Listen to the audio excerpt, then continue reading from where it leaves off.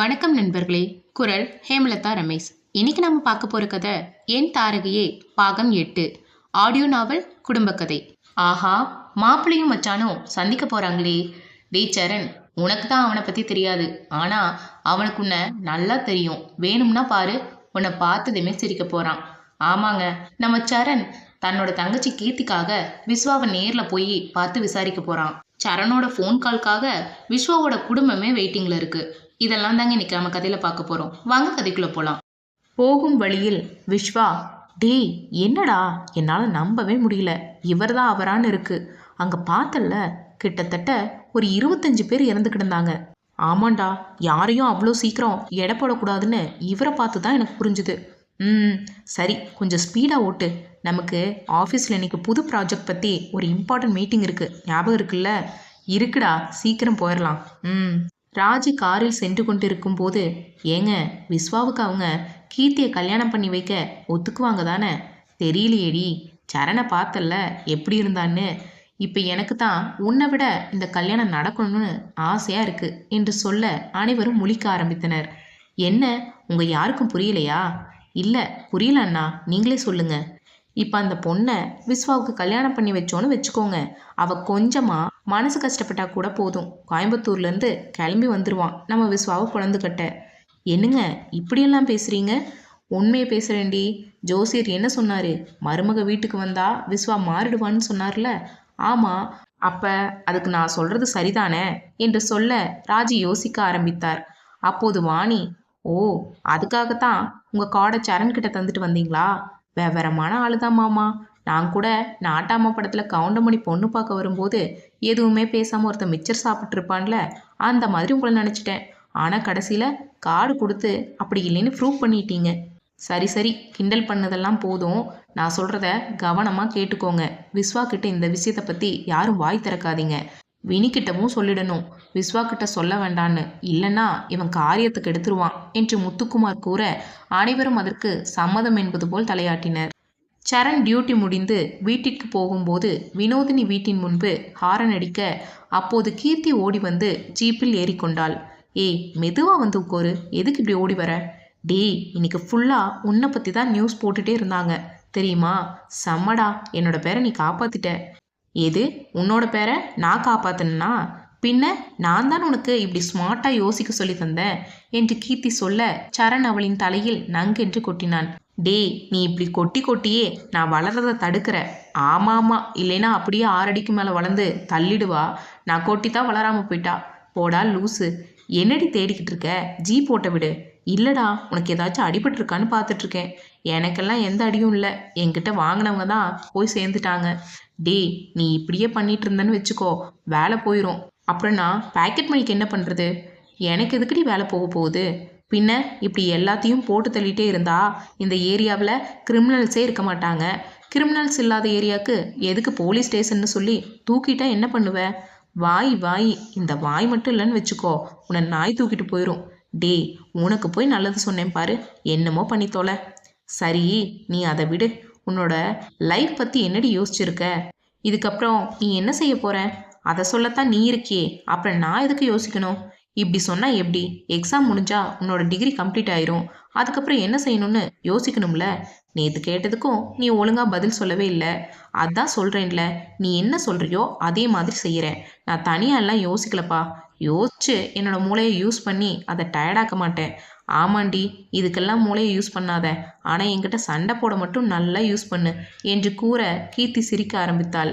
சரண் தன் அருகில் சிரித்து கொண்டிருக்கும் கீர்த்தியை பார்த்து, அதுக்குள்ளே இவளுக்கு கல்யாண வயசு வந்துருச்சா என்று யோசிக்க ஆரம்பித்தான். சிறிது நேரத்தில் வீட்டிற்கு வந்துவிட கீர்த்தி முதலில் ஜீப்பிலிருந்து இறங்கி 2 அடி முன்னே சென்று பின்னால் திரும்பி பார்க்க சரண் இன்னும் ஜீப்பிலிருந்து இறங்காமல் அப்படியே அமர்ந்திருந்தான்.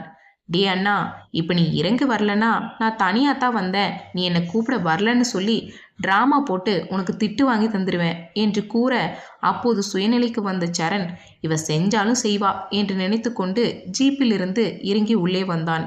என்னம்மா, குரூப் ஸ்டடி எல்லாம் முடிஞ்சுதா? ஓ எஸ்பா, அண்ணன் வரத்தான் லேட். அப்புறம் அவன் டியூட்டி முடிச்சுட்டு வர வேண்டாமா என்றாள் மங்கை. இன்னைக்கு நியூஸ் பார்த்தோம். எப்படிடா, எப்பவும் நீ கரெக்டா ரவுண்ட்ஸ் போற நேரத்திலேயே பார்த்து இப்படி நடக்குது என்று துரைசாமி கேட்க, அதற்கு பிருந்தா, அதெல்லாம் முகராசி மாமா, உங்க பையனை ஃபேமஸ் ஆக்கிட்டே போறாரு என்று கூற அனைவரும் சிரித்து விட்டனர். சரி வாங்க சரண், நான் உங்களுக்கு சாப்பாடு எடுத்து வைக்கிறேன். கீர்த்தி போய் ட்ரெஸ் சேஞ்ச் பண்ணிட்டு வா என்று கூற, அப்போது மங்கை, ஒரு நிமிஷம் இருமா என்று கூறி கீர்த்தி, பிருந்தா, சரண் 3 பேரையும் நிற்க வைத்து திருஷ்டி எடுத்தார். மா, எதுக்குமா இப்ப திருஷ்டி எடுக்கிற? நீ அதிசயமா ஹாஃப் சாரி போட்டிருக்கல்ல, அதுதான் என்றான் சரண்.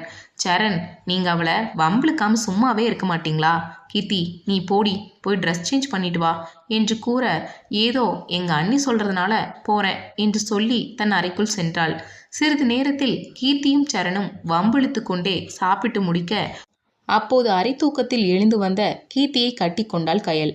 என்னாச்சு தங்கம், தூக்கம் வரலையா என்று அவளை தூக்கிக் கொள்ள, அப்போது மங்கை, உன்னை காணோன்னு இவர் ரூமா போய் தேடி பார்த்துட்டு பேசாம போய் படுத்துட்டா என்றார்.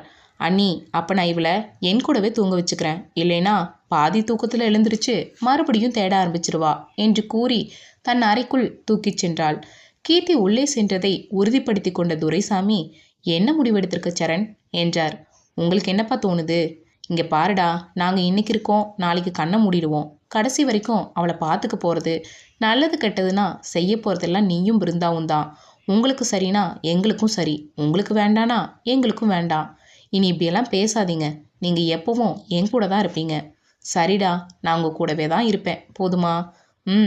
காலையில் உங்களுக்கு என்னோட பதிலை சொல்கிறேன்ப்பா என்று கூறி தன் அறைக்குள் செல்ல, பிருந்தாவும் மங்கையும் கிச்சனில் இருந்த வேலைகள் அனைத்தையும் முடித்துவிட்டு அவரவர் அறைக்கு வந்தனர். பிருந்தா அறைக்கு உள்ளே வர, அப்போது சரண் தூங்காமல் அவர்களின் அறையில் மாட்டப்பட்டிருந்த ஃபேமிலி ஃபோட்டோவில் இருந்த கீர்த்தியை பார்த்து கொண்டிருந்தான். சரண், என்னாச்சு, இன்னும் தூங்கலையா? இல்லை பிருந்தா, எனக்கு தூக்கமே வரமாட்டேங்குது. ஏன், என்னாச்சு? இல்லடி, அப்பா என்னோட முடிவு தான் அவரோட முடிவுன்னு சொல்லிட்டாரு. இப்போ கீர்த்தியோட எதிர்காலம் என் கையில் தான் இருக்கிற மாதிரி தோணுது. மாமா சொல்கிறது சரிதானே? சரண், கீர்த்தி நம்ம பொறுப்பு தானே? எனக்கு நல்லா தெரியும் சரண், கீர்த்தி மனசில் யாரும் இல்லை. அப்படி இருந்தால் நம்மக்கிட்ட அவள் சொல்லியிருப்பா. அவளுக்கு தெரிஞ்சதெல்லாம் உங்ககிட்ட சண்டை போட மட்டும்தான். அதனால நம்ம கொஞ்சம் கேர்ஃபுல்லாக தான் இந்த விஷயத்தை ஹேண்டில் பண்ணணும். ஆமாண்டி, ஆனால் எனக்கு என்னவோ அந்த குடும்பத்தை பார்த்தா கொஞ்சம் நல்ல அபிப்பிராயம் தான் வருது. பையனும் நல்லா இருக்கான், கீர்த்தியை தேடி அவங்க தான் வந்திருக்காங்க. நாம் போகலை, ஆனால் ஈரோடு தூரண்டி. சரண், குடும்பத்தை பற்றி அப்புறம் பார்த்துக்கலாம். முதல்ல அந்த பையன் எப்படி, எந்த மாதிரி கேரக்டர்னு பாருங்க. பையன் நல்லவனாக இருக்கணும், அதுதான் முக்கியம். ஆமாம் பிருந்தா, முதல்ல நாம் விஸ்வாவை பற்றி விசாரிச்சுட்டு அதுக்கப்புறம் பார்த்துக்கலாம். எப்படி விசாரிக்க போகிறீங்க? என்னோட ஸ்கூல் ஃப்ரெண்டு கோகுல் இருக்கான்ல, நான் கூட அடிக்கடி பேசுவேனே. ஆமாம், அவன் ஈரோட்டில் தான் ஆடிட்டர் ஒர்க் பண்ணுறான். அவங்கிட்ட சீதாராம் குரூப்ஸ்னு கேட்டால் தெரியும்ல. வாவ் சரண், சூப்பர், அப்போ இப்போவே ஃபோன் பண்ணுங்க என்று பிருந்தா அவனை அவசரப்படுத்த, சரண் கோகுலுக்கு ஃபோன் செய்தான். சரண் கோகுலுக்கு ஃபோன் செய்ய ரிங் போய்கொண்டே இருந்ததே தவிர அவன் எடுத்த பாடில்லை. சரண், என்னாச்சு? இருடி, ரிங் போயிட்டுருக்கு என்று சொல்லி கொண்டிருக்க, அப்போது கோகுல் ஃபோனை அட்டன் செய்து, சொல்லுடா சரண், என்ன இந்த நேரத்தில் என்றான். சாருடா, தூங்கிட்டியா? அதான் எழுப்பி விட்டுட்டல, என்ன விஷயம்னு சொல்லு. சாரு விஷயம் இல்லாமல் எனக்கு ஃபோன் பண்ண மாட்டீங்களே. ஆமாண்டா, எனக்கு ஒரு ஹெல்ப் வேணும், சொல்லு, நான் என்ன செய்யணும்? எனக்கு சீதாராம் குரூப்ஸ் பற்றி கொஞ்சம் தெரியணும்டா. நீ தான் ஆடிட்டரில், கொஞ்சம் சீக்கிரம் விசாரிச்சு சொல்லுடா. டேய், அவங்க என்னோட கிளைண்ட்டுடா. என்னடா சொல்கிற? ஆமாம் சரண், நான் தான் அவங்களுக்கு ஆடிட்டர். அவங்க கன்ஸ்ட்ரக்ஷன் பிஸ்னஸ், ஹோட்டல், டிபார்ட்மெண்ட் ஸ்டோர்னு கலக்கிட்டு இருக்காங்க. ஓ, அப்போ உனக்கு விஸ்வாவை தெரியுமா? என்னடா தெரியுமான்னு கேட்டுட்ட. இப்போ அவன் தான் நம்பர் 1. அவனோட அக்கௌண்ட்ஸ் எப்பவும் கிளியராக இருக்கும். டேக்ஸ் ஃபைல் பண்ணுறதெல்லாம் அவன் தான் ஃபஸ்ட்டாக பண்ணுவான். அவங்ககிட்ட ஒரு பாசிட்டிவ் எனர்ஜி எப்பவும் இருக்கும். ஃபீல்டுக்கு வந்து 5 வருஷத்தில் 3 தடவை தொடர்ந்து நம்பர் 1 பொசிஷன் தான்டா. இந்த வருஷம் கூட அவன் தான் கன்ஸ்ட்ரக்ஷன் ஃபீல்டில் நம்பர் 1. அவன் வந்ததுக்கு அப்புறம் தான் சீதாராம்ங்கிற பேர் எல்லோருக்கும் தெரிய ஆரம்பிச்சுது. முதல்ல வெறும் டிபார்ட்மெண்ட் ஸ்டோர் தான்டா. இப்போ இந்த விஸ்வா வந்த ஃபீல்டுக்கு வந்த அப்புறம் தான் இவ்வளோ டெவலப்மெண்ட். கோகுல், ஒரு நிமிஷம், நீ பிஸ்னஸ் பற்றி சொன்னது போதும், கொஞ்சம் அவனோட கேரக்டரை பற்றி சொல்ல. என்னடா, நீ எதுக்கு கேரக்டர் பற்றி விசாரிக்கிற? இல்லைடா, அவங்க வீட்டிலேருந்து கீர்த்தி அவங்க பையன் விஸ்வாவுக்கு பொண்ணு கேட்டு வந்தாங்க, அதுதான். வாவ் சூப்பர்டா, கண்ணை மூடிட்டு விஸ்வாவுக்கு பொண்ணு தரலாம். ரொம்ப நல்ல பையன். இப்படி ஒரு பையன் கிடைக்கிறது ரொம்ப கஷ்டம்டா. புரியுதுடா. ஆனா அவ்வளோ பெரிய ஆளுக எப்படி அவங்க ஸ்டேட்டஸ்க்கு ஈக்குவலா இருக்க இடத்துல தானே பார்ப்பாங்க. அதுதான் கொஞ்சம் இடிக்குது. இல்லடா சரண், 4 வருஷமா நான் தான் அவங்களுக்கு ஆடிட்டரா இருக்கேன். எனக்கு அவங்க ஃபேமிலியை நல்லா தெரியும். அவங்க குணத்தை மட்டும்தான் பார்ப்பாங்க, பணத்தை இல்லை. ம். கோகுல், இருந்தாலும் எனக்கு என்னமோ அந்த விஸ்வாவை நேரில் பார்த்தா பெட்டர்னு தோணுது. உன் மேலே நம்பிக்கை இல்லாமல்லாம் இல்லைடா. சரண், எனக்கு தெரியும்டா கீர்த்தி எவ்வளோ ஸ்பெஷல்னு. இப்படி நீ கேட்கலனா தான் அது ஆச்சரியம். கோகுல், நான் நாளைக்கு ஈரோடு வந்தா நீ என்னை விஸ்வாவை மீட் பண்ண வைக்க முடியுமா? ஷியூர்டா. நாளைக்கு 11 மணிக்கு விஸ்வா ஆஃபீஸ்க்கு தான் போகிறேன். நீ ஈரோடு ரீச் ஆகிட்டு எனக்கு கால் பண்ணு. தேங்க்யூ ஸோ மச்டா. எதுக்குடா இதுக்கெல்லாம் தேங்க்ஸ் சொல்கிற? கீர்த்திக்கு ஒரு நல்ல லைஃப் அமைஞ்சா எனக்கும் சந்தோஷம் தானே. சரிடா, நீ கல்ல வந்துரு, பாய் என்று கூறி ஃபோனை கட் செய்ய இவர்கள் பேசிய அனைத்தையும் கேட்டுக்கொண்டிருந்த பிருந்தாவுக்கு தலைக்கால் புரியவில்லை. ஏய், என்னடி இவ்வளோ சந்தோஷப்படுற? கோகுலனை தான் விஸ்வாவை பற்றி பாசிட்டிவாக சொல்லிட்டாரே. ஹலோ மேடம், அவன் சொன்னால் போதாது, நான் போய் நேரில் பார்த்துட்டு அவனை கீர்த்திக்கு பிடிச்சதுக்கு அப்புறம்தான் நீ இப்படி சந்தோஷப்படணும், ஓகே என்று அவளின் கன்னத்தை கிள்ள பிருந்தாவோ அதுவும் சரிதான், நான் தான் கொஞ்சம் எக்ஸைட் ஆயிட்டேன். வந்து தூங்குங்க, காலையில் சீக்கிரம் கிளம்பணும்ல. ம் ஆமாம். கீர்த்தி கிட்ட என்ன சொல்லிட்டு போக போகிறீங்க? நான் 5 மணிக்கே கிளம்பிடுவேன். அப்போ அவள் தூங்கிட்டு தானே இருப்பா. ஸோ அவள் ரூமில் போய் நான் ஒர்க் விஷயமா வெளியே போகிறேன், வர நைட் ஆகும்னு எழுதி வச்சுட்டு போக வேண்டியதுதான். ஓ, அப்படியே செய்யுங்க. ஏண்டி, கீர்த்திக்கு கல்யாண வயசு வந்துருச்சா? பின்ன வரலையா? நம்ம கல்யாணம் ஆகும்போது எனக்கும் கீர்த்தி வயசு தானே. ஆமாண்டி, இருந்தாலும் அவளை விட்டுட்டு எப்படி? ஏங்க, பொண்ணா பிறந்தா என்னைக்கு இருந்தாலும் வேற வீட்டுக்கு போய் தானே ஆகணும். என்னால் முடியலடி, கண்ணு வேற கலங்குது. ஐயோ, என்ன சரண், நாம் என்ன கீர்த்திக்கு நாளைக்கேவா கல்யாணம் பண்ண போகிறோம்? இன்னும் அவள் எக்ஸாம் எழுதணும், டிகிரி வாங்கணும், எவ்வளவு இருக்கு. நீங்கள் நாளைக்கு ஜஸ்ட் விஸ்வாவை பார்க்கத்தானே போகிறீங்க என்று கூற சரண் சற்று சமாதானம் அடைந்தான். அடுத்த நாள் காலையில் சரண் ரெடியாகி வர பிருந்தா அவனுக்கு காஃபியை போட்டுவிட்டு துரைசாமியிடமும் மங்கையிடமும் விஷயத்தை சொல்ல இருவரும் எழுந்து வெளியே வந்தனர். சரண் ஏற்கனவே எழுதி வைத்திருந்த பேப்பரை அங்கிருந்த ட்ரெஸ்ஸிங் டேபிள் கண்ணாடியில் ஒட்டி வைத்துவிட்டு கீர்த்தியை பார்க்க அவள் ஒரு குழந்தை போல தூங்கிக் கொண்டிருந்தாள். சரண் அவளின் அருகில் சென்று அவளின் தலையை கோதியபடி நின்றிருக்க அப்போது அங்கு வந்த பிருந்தா, இன்னும் கொஞ்ச நேரம் இங்கே நில்லுங்க, அவ எழுந்திருச்சிருவா என்று கூற சரண் சப்தம் இல்லாமல் கீர்த்தியின் அறையை விட்டு வெளியே வந்தான். ஹாலில் துரைசாமியும் மங்கையும் அமர்ந்திருக்க சரண் காஃபியை குடித்து கொண்டே, நான் இன்னைக்கு ஈரோடு போய் விஸ்வாவை நேரில் பார்த்துட்டு வரேன், கீர்த்திக்கிட்ட வேலை விஷயமா போகிறேன்னு சொல்லியிருக்கேன், நீங்களும் அப்படியே சொல்லுங்க என்று கூறி கோயம்புத்தூரிலிருந்து ஈரோட்டுக்கு காரை தெரிக்க விட்டான். ராஜி ஃபோனை பார்த்தபடியே அமர்ந்திருக்க குளித்துவிட்டு வெளியே வந்த ராஜசேகர், என்னோட ஃபோனை எதுக்கு பார்த்துட்டு இருக்க என்றார். இல்லைங்க, அதான் சரண் ஃபோன் பண்ணுறான்னு சொல்லியிருக்கான்ல, அதான் பார்த்துட்ருக்கேன். காலையிலேயே என்ன டென்ஷன் ஆக்காத என்று கத்த ராஜி தான் கொண்டு வந்த காஃபியை வைத்துவிட்டு கீழே சென்றார். என்னாச்சுக்கா, மாமா கத்துறாரு? அவர் கத்தாமல் இருந்தால் தான் ஆச்சரியம். நீ சப்பாத்தியை அமுக்கு, எல்லோரும் சாப்பிட வந்துருவாங்க என்று சொல்ல வாணி வேக வேகமாக தன் வேலையை செய்ய ஆரம்பித்தார். விஸ்வா முதலில் வந்து டைனிங் டேபிளில் அமர அவனை தொடர்ந்து முத்துக்குமாரும் ராஜசேகரும் வந்து அமர்ந்தனர். வாணி அவர்களுக்கு பரிமாற ஆரம்பிக்க விஸ்வா 2 சப்பாத்தியே போதும் என கை கழுவினான். டே, என்ன இதுவே போதுமா?